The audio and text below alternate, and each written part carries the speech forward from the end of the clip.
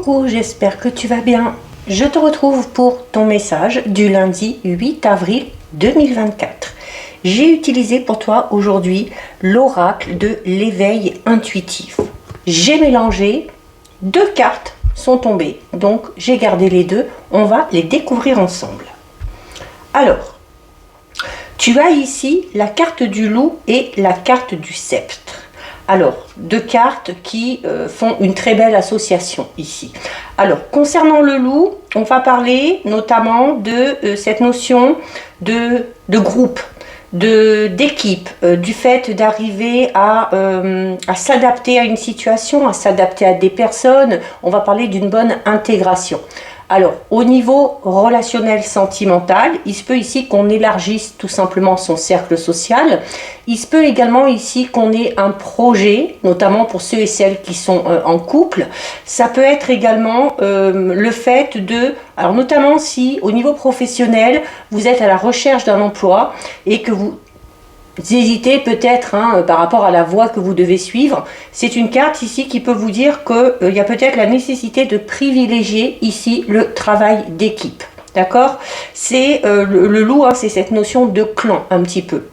Donc on va parler déjà de solidarité à ce niveau-là, on va parler de personnes qui sont très familles, du fait aussi d'être entouré notamment au niveau professionnel par des personnes qu'on peut considérer comme sa famille ou tout simplement des personnes avec qui on va bien s'entendre.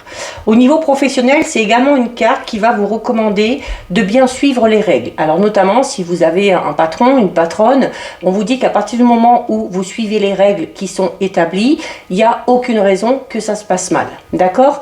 Il se peut également ici qu'on ait un projet en commun, peut-être avec un ou une partenaire, peut-être le projet de reprendre peut-être une entreprise familiale ou de travailler avec la famille, mais voilà, on est vraiment dans cette notion où on s'adapte. Alors le loup avance quand même avec méfiance, avec prudence, donc on avance, on progresse, on évolue, mais voilà, tout en restant sur ses gardes, peut-être en ne divulguant pas trop ses idées, ses projets, pour pouvoir arriver à les concrétiser. Le loup, c'est une carte quand même qui parle de construction.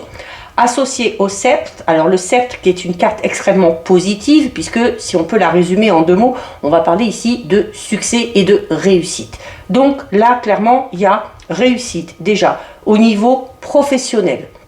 Notamment, si vous faites bien ce qu'on vous dit, il y a l'ambition également, avec le sceptre, l'ambition, la motivation, notamment si vous faites ce qu'on vous dit, eh bien, il y a ici la reconnaissance du travail accompli. Donc, vos compétences, vos aptitudes sont reconnues par votre hiérarchie et pour certains et certaines, on peut même parler d'un avancement, du fait d'obtenir un poste avec de plus hautes responsabilités ou encore d'une promotion. C'est également, si vous avez ici projet de monter ou de créer peut-être votre propre entreprise, là, ici, on vous dit, c'est voué au succès. À partir du moment où vous faites bien les étapes, que vous prenez vraiment en compte chaque palier, vous arriverez ici à la réussite. Au niveau relationnel sentimental, alors notamment pour les célibataires, on peut clairement parler ici d'une nouvelle rencontre.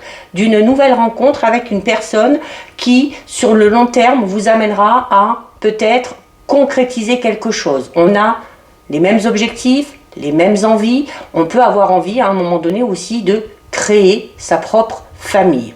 Pour ceux et celles qui sont déjà en couple, on parle ici de projets communs. Alors on est sur la même longueur d'onde, on a les mêmes idées, on a les mêmes envies et on arrive à concrétiser quelque chose.